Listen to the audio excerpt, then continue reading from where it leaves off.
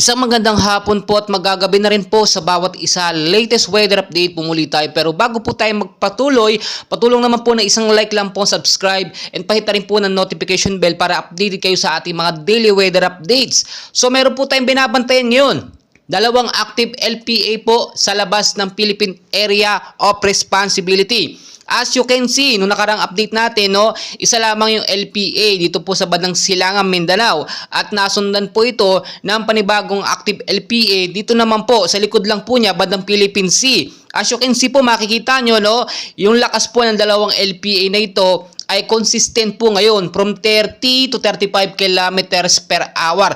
Wala pong direktang epekto sa ating bansang Pilipinas, pero hindi po natin inaalis yung mga posibilidad na ito yung maging isang ganap na bagyo paglipas lamang po within 24 to 48 hours. Kapag pumalo po from 30 to 45 to 55 kilometers per hour ang lakas nila, And as of now, ang kilos po nito, ay pa-northwestward sa bilis po na 10 kilometers per hour. So, hindi po natin ito pwedeng baliwalain dahil nga po direksyon nito ay papunta po or patumbok po sa ating Philippine Area of Responsibility, dapat pong bantayan. So ngayon po, nararanasan po natin na pag-uulan madalas tuwing hapon at sa gabi. Ay ito pa rin pong hypnosis natin na easterlies, kasi po nakakapekto sa ilang bahagi po ng Palawan, Visayas at Mindanao. Kasama na rin po dyan ang hanging amihan, which is malamig po talaga kapag sinasabayan po ng mga pag-uulan.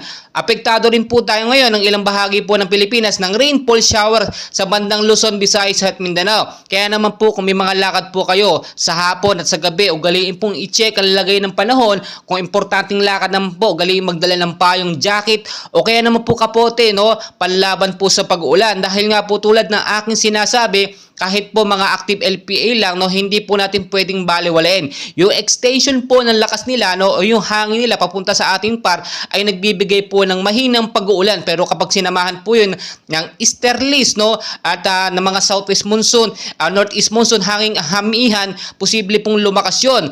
Mag-ingat din po tayo sa banta ng mga localized thunderstorms sa ilang bahagi po ng Luzon, dahil nga po sa easterlies na ating binabantayan, kasama po yung shear line. So mag-ingat pa rin po yung mababang lugar, especially sa Luzon, Visayas at Mindanao na madalas po binabaha. Ngayon po linisin na natin yung mga lugar na binabaha, yung mga estero, mga kanal, tanggalin po ang mga basura in case po magkaroon tayo ng alert, rainfall shower, hindi po magbabaha agad. Kaya po kasi nagkakaroon ng mabilis ang pagbabaha, lagi pong barado o maraming basura sa mga estero at mga kanal. Mag-ingat din po yung mga nasa matataas na lugar kapag meron po tayong alert ng localized thunderstorm, pag-uulan, rainfall shower, ay mag-ingat po kayo sa inyong mga nilalakaran, lalo po nagbabiyahe sa matataas na lugar. Posible po kasi magkaroon ng landslide dahil na nga rin po sa patuloy na pag-uulan, dahil yun po yung nagiging cause ng paglambot ng lupa. So patuloy ko kayong i-update, and please don't forget po to like and subscribe for more weather updates. Maraming salamat po sa inyong lahat.